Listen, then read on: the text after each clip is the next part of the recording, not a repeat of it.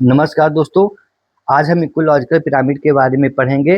TET और CTET और UPSI के एग्जामों में सीधा सीधा ईवीएस सिलेबस के पोर्शन से इसमें से एक सवाल आपको मिल जाएंगे। तो पहले इसकी डेफिनेशन देखते हैं। It is graphical representation of the relationship between different organism in an ecosystem. किसी भी पारिस्थितिक तंत्र में जब हम विभिन्न जीवों के बीच के रिलेशन को ग्राफ के रूप में दर्शाते हैं तो उसे हम इकोलॉजिकल पिरामिड कहते हैं। कभी कभी इसकी परिभाषा भी लिख के आ जाती है कि इसको क्या कहते हैं। फिर पिरामिड ऑफ नंबर्स दोस्तों, स्थल और जल दोनों पर सीधा बनता है, जंगल में उल्टा बनता है।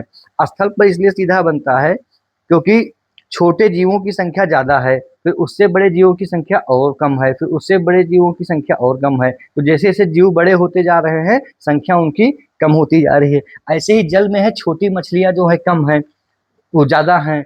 उससे बाद उससे बड़ी मछली जो है कम है, फिर जो सबसे बड़ी मछली है उसकी संख्या सबसे कम होती है। तो स्थल और जल पर जो है नंबर्स का जो पिरामिड है वो सीधा बन जाता है, जंगल में उल्टा बन जाता है। दोस्तों, जंगल में मान लीजिए एक पेड़ है, तो एक पेड़ पर कई सारे केचुए रहते हैं। तो जंगल में सबसे नीचे एक पॉइंट जैसा रहेगा, छोटा रहेगा। उसके बाद क्या करेंगे, मान लीजिए ये पेड़ है, इस पर जो है कई सारे जो है केचुआ हैं, उन केचुओं को खाने वाले पक्षियों की संख्या और ज्यादा है। तो ये क्या हो गया, हमारा इकोलॉजिकल जो पिरामिड है ये उल्टा बन गया। जब नंबर जो है नीचे बड़ा रहता है उससे छोटा होता चला जाता है तो ये पिरामिड जो है हमारा सीधा बन जाता है।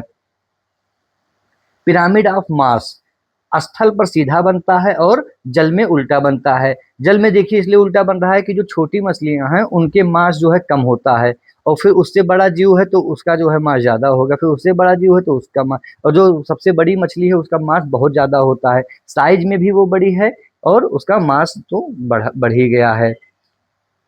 उसके बाद पिरामिड ऑफ एनर्जी, यह हमेशा सीधा बनता है। दोस्तों, कोई भी जो है हो, लैंड हो उसकी या जंगल हो या वाटर हो, कहीं भी अगर एनर्जी पिरामिड होगा तो ये क्या बनेगा, हमेशा सीधा बनेगा। क्योंकि एनर्जी जो है सबसे लोअर लेवल पर सबसे ज्यादा होती है, फिर उसका 10% ही ट्रांसफर होती है अगले में, उसका 10% फिर अगले में, और फिर आखिरी वाले में सबसे कम होती है। तो ये क्या बन जाती है, हमेशा सीधा बन जाती है।